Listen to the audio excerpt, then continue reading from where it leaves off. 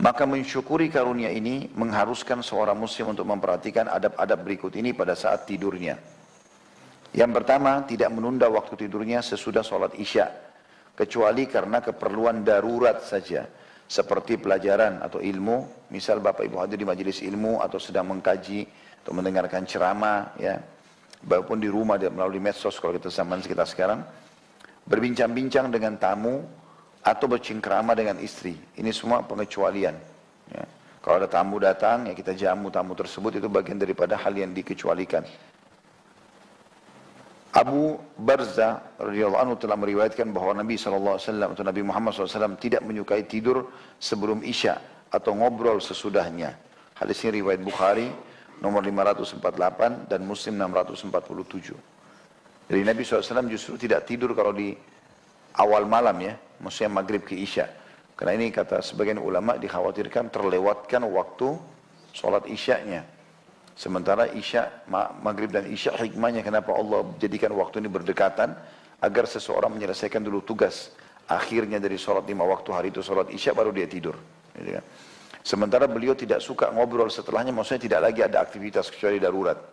Pernah Nabi SAW waktu itu begadang, maksudnya mereka kata lewat isya, baru sudah lewat isya beliau tidak tidur karena adanya, ya, kegiatan-kegiatan tertentu, seperti misalnya pernah berdiskusi dengan Abu Bakar radhiyallahu anhu tentang masalah-masalah peperangan. Nah, karena akan terjadi penyerangan Madinah, akan terjadi penyerangan ke musuh, maka itu darurat, hal darurat. Begitu juga dengan Nabi alaihissalatu wassalam, disebutkan pernah waktu Madinah, waktu di malam hari di Madinah pernah terjadi gemuruh suara, seakan-akan ada orang-orang yang mau menyerang Madinah. Maka para sahabat meriwayatkan, kami langsung berkumpul di depan rumah Nabi SAW menunggu instruksi beliau. Ternyata Nabi nggak keluar-keluar, dan setelah beberapa saat kami melihat dari kejauhan ada orang yang naik kuda sambil memegang obor. Jalan dari arah suara gemuruh tersebut, dan suara gemuruh itu sudah tidak ada. Ternyata setelah mendekat, karena obor makin terlihatlah wajah orang itu, ternyata dia adalah Rasulullah Sallallahu Alaihi Wasallam. Jadi Nabi sendiri pada saat mendengarkan gemuruh dan keributan, beliau sendiri sudah langsung turun dan menangani masalah itu walaupun sendirian alaihissalatu wassalam. Dan ini membuat berarti Nabi SAW sempat tidak tertidur pada malam itu karena memikirkan keamanan kota Madinah. Jadi hal yang seperti itulah mungkin masuk dalam masalah bukan hal yang sia-sia. Termasuk cengkrama tadi dikatakan dengan istri atau dengan suami. Jadi duduk makan bersama sama suami istri, suami istri itu yang halal yang dimaksud di sini. Kemudian juga mereka bercengkrama, artinya biologis segala macam. Dan ini juga termasuk bagian yang sebagian ulama mengatakan memang dianjurkan biologis itu di malam hari. Karena Allah menurunkan tentang puasa Ramadan, bolehnya berhubungan biologis itu di malam hari. A'udzubillahi minasyaitonirrajim. Uhilla lakum lailatus shiyamir rafathu ila nisaikum. Hunna libasun lakum wa antum libasul lahun. Ya. Dalam ayat surah Al-Baqarah itu, ya. Seingat saya tapi saya lupa ayatnya ayat berapa. Allah SWT berfirman, telah aku halalkan buat kalian menggauli istri kalian di malam hari Ramadan. Ya.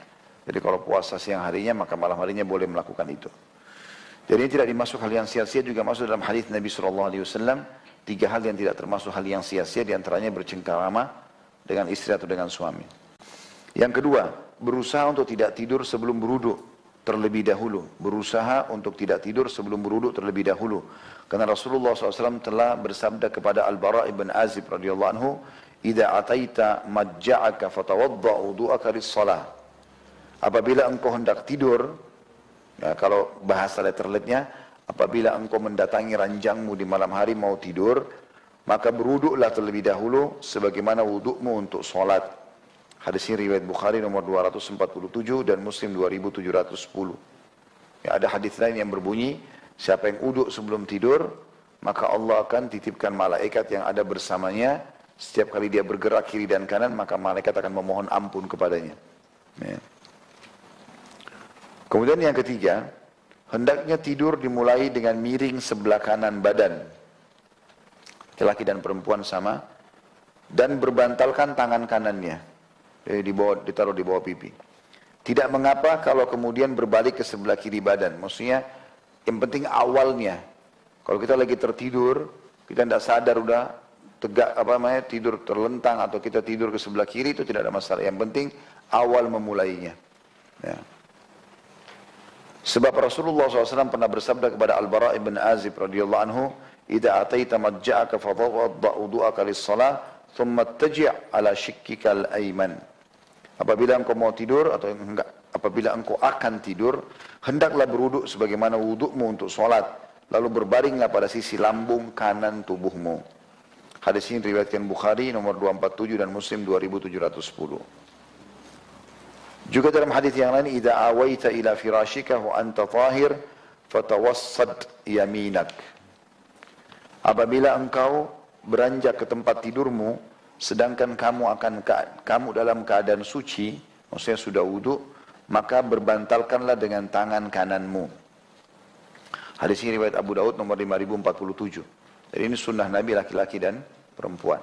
Jadi kalau suami istri, biasanya mungkin ada maaf tidur orang yang berpelukan segala macam. Itu mungkin di awal pada saat mau ngobrol segala macam.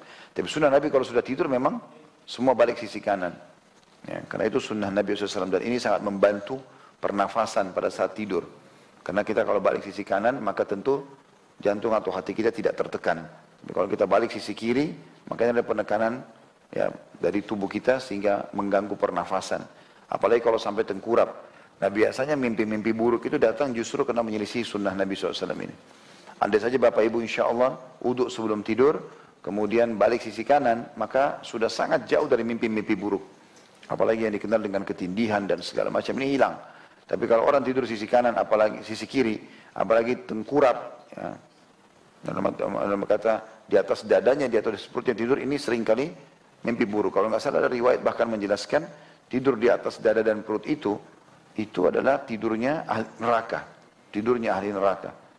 Ada juga athar yang lain menyebutkan syaitan akan mempermainkannya dari belakang. Jadi semestinya seorang muslim jangan menganggap remeh tata cara tidur ini ya. Pernah disebutkan dalam sebuah kisah nyata di Amerika, ada seorang dokter spesialis penyakit dalam. Dia kebetulan buka praktek pribadi. Kemudian ada pasien-pasien yang datang, di antaranya ada satu pasien muslim, seorang remaja masjid, orang yang masih sangat muda dan memang karena dia di masjid suka mengikuti pengajian, dia jadi faham hukum agama dan dia terapkan. Yang jelas, rupanya pasien muslim ini adalah orang yang terakhir dari pasien-pasien semua. Karena kecapean lama nunggu, antrinya panjang, ada kursi yang kosong, dia tergeletak tidur dan dia pakai cara sunnah Nabi ini. Sisi kanan dia taruh tangan di bawah pipinya, sambil tidur di kursi pasien tadi. Karena kelamaan dan akhirnya semua pasien sudah tidak ada, dokter ini juga sudah mau tutup prakteknya, dia lihat masih ada pasiennya satu, dibangunin sama dia. Tapi sebelum dibangunkan dia lihat cara tidurnya. Nah, kemudian dia perhatikan, betul-betul dia lihat orang ini tidur atau hanya sekedar ya berbaring, mungkin sadar atau enggak, dia ingin tahu. Karena kalau orang ini sadar, ada sesuatu pasti. Kalau dia tidak sadar juga sebabnya. Karena kalau tidak sadar berarti mungkin bisa saja tidak sengaja dilakukan. Tapi kalau orang sadar melakukan ini, berarti memang dia tahu ini, pasti ada manfaatnya tidur ini gitu. Intinya tidak dibangunkan sampai akhirnya anak muda ini terbangun, kemudian waktu dia bangun ditanya sama dokter itu, kok pasien saya? Dia bilang iya. Mau berobat, konsultasi mau. Baik, sebelum konsultasi saya mau tanya, siapa ajarkan kamu cara tidur itu? Kata si anak muda tadi, ini diajarkan dalam agama kami. Kami diperintahkan oleh Nabi kami untuk melakukan perbuatan ini. Maka kata dokter tersebut, apa kau betul-betul belum pernah membaca penelitian ilmiah berhubungan dengan masalah ini? Dia bilang tidak, belum pernah. Saya cuma seorang remaja masjid, dan saya tahu dalam hadits Nabi kami disuruh tidur di sisi kanan dan meletakkan tangan kanan di bawah pipi kami. Kata dokter tersebut, ketahuilah ini baru ada penelitian terbaru di Amerika, ini tidur tersehat di dunia. Ya, jadi itu bahasa seorang dokter spesialis penyakit dalam kepada seorang muslim yang bukan sama sekali seorang dokter gitu. Jadi semua pasti punya hikmah yang sangat besar pada saat Allah Subhanahu wa taala sebagai pencipta memerintahkan kita. Cuma ini aja kita sebagai seorang muslim ini sudah sangat dimanja. Semuanya sudah disiapkan. Tinggal kita ambil dan terapkan saja.